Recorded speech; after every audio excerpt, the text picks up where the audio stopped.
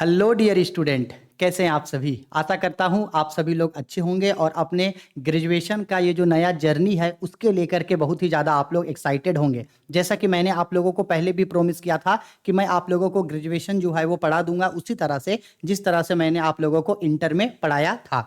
ठीक है। अब अगर आप ग्रेजुएशन पढ़ना चाहते हो तो ग्रेजुएशन के लिए सबसे पहले जो सेमेस्टर 1 में आप लोगों का एडमिशन हुआ है न्यू एजुकेशन पॉलिसी या नेशनल एजुकेशन पॉलिसी, जिसके regarding 4th year under graduation programme हुआ है।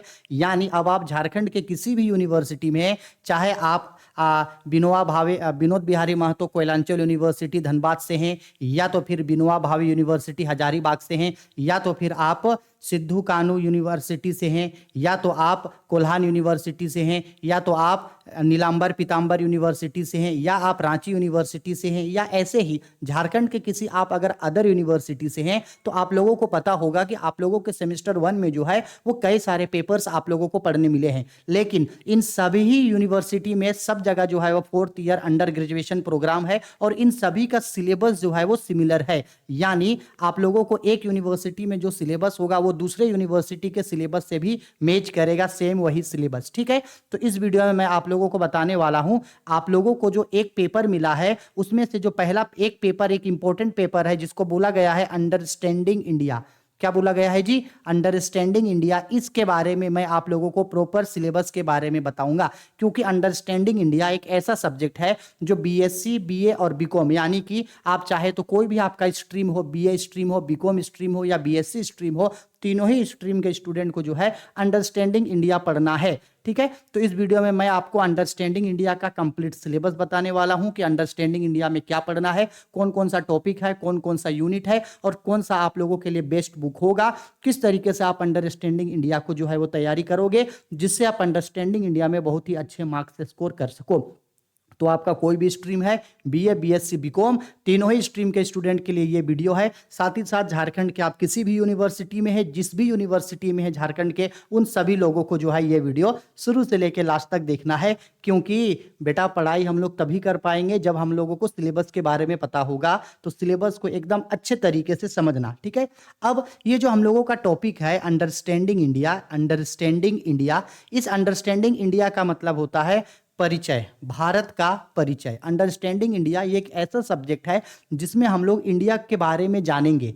किसके बारे में जानेंगे? इंडिया के बारे में जानेंगे। इंडिया क्या है, इंडिया का जो भौगोलिक स्वरूप है, यानी कि इंडिया का जो फिजिकल स्ट्रक्चर है, ज्योग्राफिकल बाउंड्री है, वो किस तरीके से है, इंडिया जो है वो किस जगह पे आता है, इंडिया का क्षेत्रफल कितना है, एरिया कितना है, इंडिया का पठार, इंडिया का जलवायु किस तरीके का होता है, और इंडिया के अंदर इंडिया के बारे में तो पूरा पढ़ेंगे ही, इंडिया का मिट्टी कैसे है, इंडिया का आपका वनस्पति क्या है, पेड़ पौधा कैसे होता है, इंडिया का मौसम क्या है, इंडिया में किस तरीके से जो है आपको नदियां हैं। इसके बाद भारत आज़ाद किस तरह से हुआ, आज़ाद होने से पहले के बारे में कुछ कुछ चीज़, और आज़ाद होने के बाद यहाँ का जो संविधान बना वो किस तरीके से बना, और साथ ही साथ हमारा ये जो झारखंड राज्य है उसके बारे में भी जो है वो हम लोग पढ़ेंगे कि झारखंड राज्य आखिरकार कब बना और किस तरीके से बना। इन सारी चीज़ों के बारे में जो है हम लोग इसमें अंडरस्टैंडिंग इंडिया में पढ़ेंगे। आप लोगों को अच्छा से समझा पाए इसलिए बगल में जो है हम कुछ कुछ ग्राफ, कुछ कुछ फोटो भी डाल दिए हैं ताकि आप लोगों को एक ही बार में जो है वो सब चीज़ समझ में आ जाए। और साथ ही साथ मैं आप लोगों को कुछ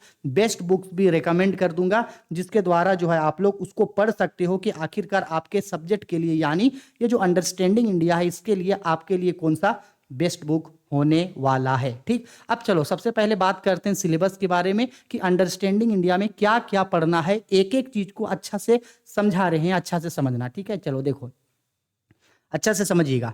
अंडरस्टैंडिंग इंडिया में ये जो सबसे पहला यूनिट है पढ़ने के लिए, उस यूनिट का नाम है इंट्रोड्यूसिंग इंडिया, यानी भारत का परिचय। बेसिकली हमको ये पता है, इस टॉपिक में, इस यूनिट में हम लोग ये पढ़ेंगे कि हम लोगों का जो इंडिया है, ये जो भारत का जो ये जो पूरा दुनिया का या जो अर्थ का, ये जो ग्लोब का जो मानचित्र है, उसमें भारत जो है वो कौन सा कॉन्टिनेंट में आता है। हमको पता है इंडिया, हमको पता है कि पूरे वर्ल्ड में जो है वो 7 कॉन्टिनेंट है, 7 महादेश है। तो उस 7 महादेश में भारत जो है वो एशिया महादेश में आता है। अब एशिया महादेश में जब भारत आता है तो एशिया महादेश में किस जगह पे भारत स्थित है। ठीक है। इसके बाद हम लोगों को जानना है कि भारत का क्षेत्रफल कितना है, उसका एरिया कितना है, भारत का ज्योग्राफिकल बाउंड्री किस तरीके का है, भारत के आसपास कौन कौन सा देश पाया जाता है, भारत से कौन कौन नदियां बहती है, भारत का मौसम किस तरीके का है, भारत में जो मिट्टी है वो किस तरीके का है, और भारत में जो प्लेट है यानी भारत का जो पठार है वो किस तरीके का पठार है, भारत विश्व का कितना बड़ा देश है, भारत से बड़ा या भारत से छोटा कौन कौन देश है, यानी नॉर्मली हम बोल रहे हैं तो हम लोग भारत का ज्योग्राफिकल स्ट्रक्चर, उसके एडमिनिस्ट्रेटिव बाउंड्री और भारत के बारे में जो है हम लोग जानेंगे। ठीक है, और अंडरस्टैंडिंग इंडिया बेटा एक ऐसा सब्जेक्ट है ना जिसको आप सीखने के लिए पढ़ना, क्योंकि ये अंडरस्टैंडिंग इंडिया आपको काफी सारा चीज इंडिया के बारे में सिखा के जाएगा, और आपके हमारे जो स्टेट है झारखंड स्टेट उसके बारे में आपको बहुत सारी चीजों सिखा के जाएगी। ठीक, अब बात करते हैं कि आखिरकार सर इसमें क्या क्या पढ़ना है। तो देखो बेटा अच्छा से देखना, यहाँ पे एक एक करके समझाया है कि क्या क्या पढ़ना है। तो देखो सबसे पहला है यहाँ पे India on the map of the world, यानी भारत को हम लोग विश्व के मैप में देखेंगे कि भारत विश्व के मैप में कौन जगह आता है, उसका फिजिकल स्ट्रक्चर क्या है। फिर हम लोग लोकेशन पढ़ेंगे, उसका स्थिति क्या है, एक्सटेंड कहाँ करता है, और भारत का एडमिनिस्ट्रेटिव बाउंड्री यानी कि भारत का प्रशासनिक क्षेत्र कि भारत किस एरिया तक फैला है, एंड इट्स नाइबरहुड कंट्रीज, और भारत के जो पड़ोसी राज्य हैं इनके बारे में हम लोग पढ़ेंगे। ठीक, इसके बाद अब हम लोग क्या पढ़ेंगे, भारत का physical features of India, Bharat का जो फिजिकल फीचर है, फिजिकल फीचर्स मतलब भारत में कौन कौन सी नदियां पाई जाती है, भारत में कौन कौन से पहाड़ हैं, भारत में किस तरीके का पेड़ पौधा पाया जाता है, भारत में किस तरीके का मौसम है, भारत में किस तरीके की मिट्टी पाई जाती है, इन सभी चीज़ों के बारे में जो है हम लोग इस टॉपिक में कवर करेंगे। ठीक है, इसके बाद जो थर्ड टॉपिक होगा झारखंड ऑन द मैप, ये बहुत इंपॉर्टेंट है। हम लोग इंडिया के बारे में तो पढ़ेंगे ही पढ़ेंगे, साथ ही साथ हम लोग यहाँ झारखंड के बारे में भी पढ़ेंगे, क्योंकि इंडिया में जो है वो झारखंड कहाँ एग्जिस्ट करता है, झारखंड कब आज़ाद हुआ, और साथ ही साथ झारखंड के बारे में सभी चीज़ों के बारे में पढ़ेंगे कि झारखंड का पड़ोसी राज्य कौन कौन सा है,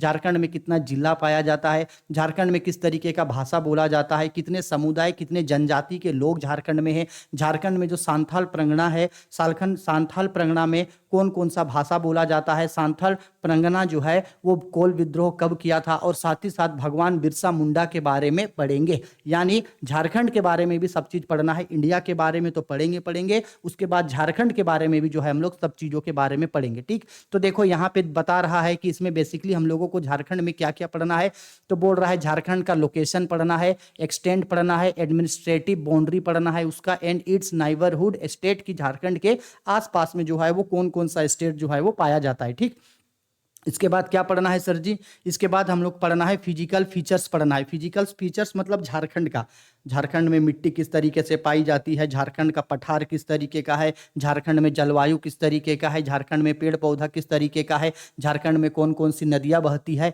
पूरा का पूरा हम लोग झारखंड के बारे में जो है सब चीज़ के बारे में पढ़ेंगे। इसके बाद सबसे इंपॉर्टेंट चीज़ जो झारखंड के बारे में आप सबको हम सबको जानना है वो है tribunal population and it's issue, और ट्रिब्यूनल मूवमेंट के बारे में, यानी ये जो सांथाल परगना जो है, सांथाल परगना के बारे में पढ़ना है, और साथ ही साथ सांथाल जो मूवमेंट है उसके बारे में भी हम लोगों को पढ़ना है कि कोल विद्रोह किस तरीके से हुआ था। ठीक है, तो इंडिया के बारे में भी सब चीज पढ़ना है, और इंडिया के साथ साथ झारखंड के बारे में भी जो है हमको पढ़ना है यूनिट 1 पे। इससे हम लोग इंडिया के बारे में और झारखंड के बारे में काफी सारा चीज सीख जाएंगे। ठीक है, और आपको टेंशन लेने का कोई बात नहीं है, हम अंडरस्टैंडिंग इंडिया का एक एक चीज़ आपको एकदम इतना अच्छा से पढ़ाएंगे कि बस आपको सुनते ही सारा चीज़ जो है वो याद हो जाएगा, उसका टेंशन नहीं लेना।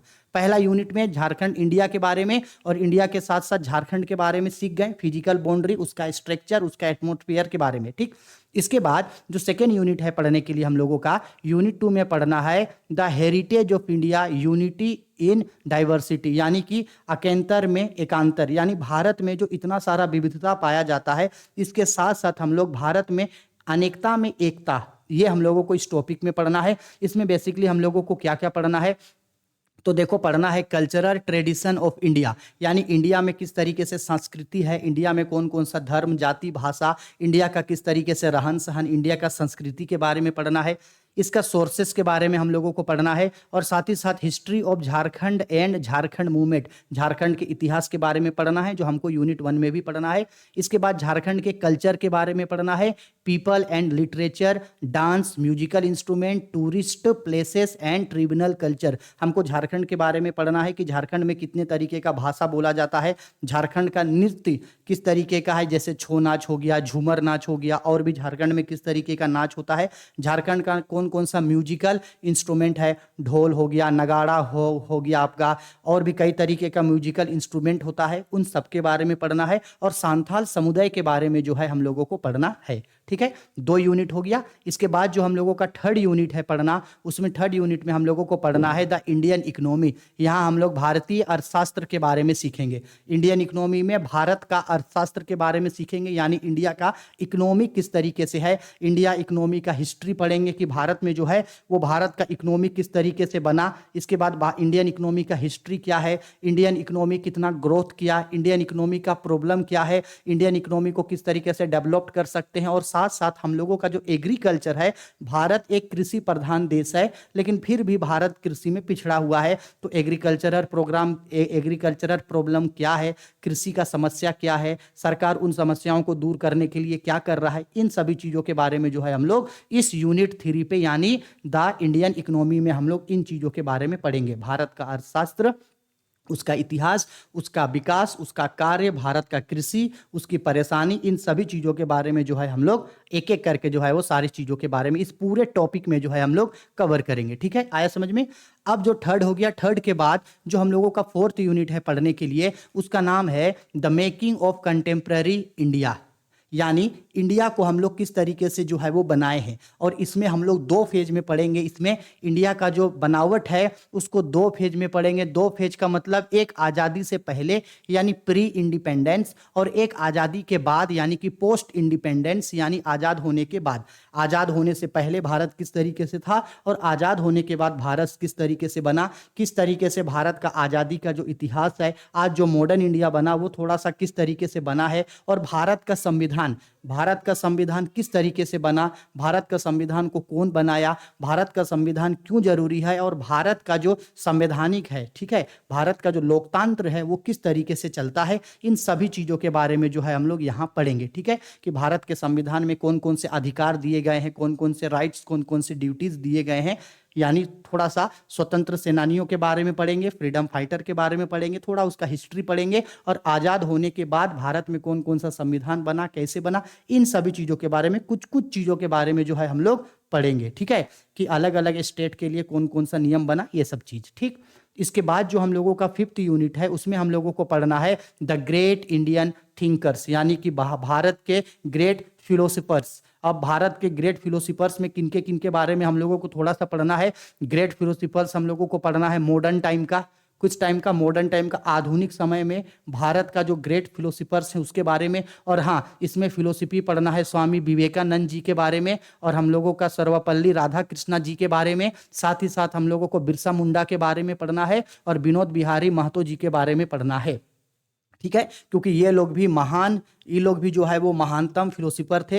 हाँ, भगवान बिरसा मुंडा के बारे में भी पढ़ना है। भगवान बिरसा मुंडा के ऊपर जो है वो क्वेश्चन पूछा जाता है। झारखंड के बहुत बड़े, बहुत ही महान स्वतंत्र सेनानी थे, और सांथाल परगना में जो है उन्हें जो है वो भगवान का दर्जा दिया गया। तो भगवान बिरसा मुंडा कौन थे, उनका जन्म कब हुआ, उनका जीवनी के बारे में पढ़ेंगे। विवेकानंद जी के महान फिलोसफर्स के बारे में पढ़ेंगे, राधा कृष्ण जी के बारे में पढ़ेंगे, इसके बाद विनोद बिहारी महतो जी के बारे में पढ़ेंगे, और थोड़ा सा जो है हम लोग मॉडर्न टाइम का ग्रेट फिलोसफर्स के बारे में जो है वो पढ़ेंगे। ठीक है, हम आप लोगों को अच्छा से समझा रहे हैं इसलिए ये ज़्यादा टाइम लग रहा है, लेकिन कसम से बोल रहे हैं जब आप इस सब्जेक्ट को पढ़ोगे ना तो बाई गॉड आपको बड़ा मजा आने वाला है इस पूरे सब्जेक्ट को पढ़ने में। क्योंकि यहाँ आपको अपने इंडिया के बारे में सीखने को मिलेगा, आपको अपने झारखंड के बारे में सीखने को मिलेगा, यहाँ के लोग, यहाँ के संस्कृति के बारे में सीखने को मिलेगा। और ये सब्जेक्ट पढ़ने में कसम से बोल रहे हैं बड़ा मजा आता है। हमको ये सब्जेक्ट पढ़ने में भी बड़ा मजा आता है, और पढ़ाने में भी जो है वो गजब का मजा आता है। ठीक है, तो ये सब्जेक्ट हम पढ़ाएंगे। आर्ट्स, कॉमर्स, साइंस,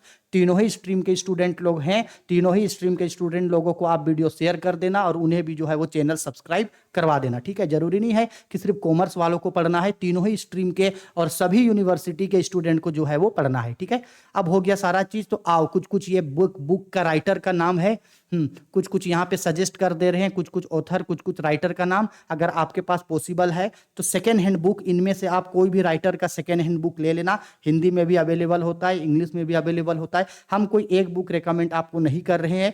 आपको अगर पढ़ना है ऐसे तो हम पढ़ा देंगे, लेकिन अगर आपको अंडरस्टैंडिंग इंडिया के लिए कोई बुक लेना है तो इनमें से जो है आप कोई भी बुक को परचेज कर सकते हो। हिंदी इंग्लिश दोनों में जो है वो बुक अवेलेबल होगा, वहां से जाकर के जो है आप इन बुक्स को परचेज कर सकते हो। ठीक है, आई होप समझ में आ गया।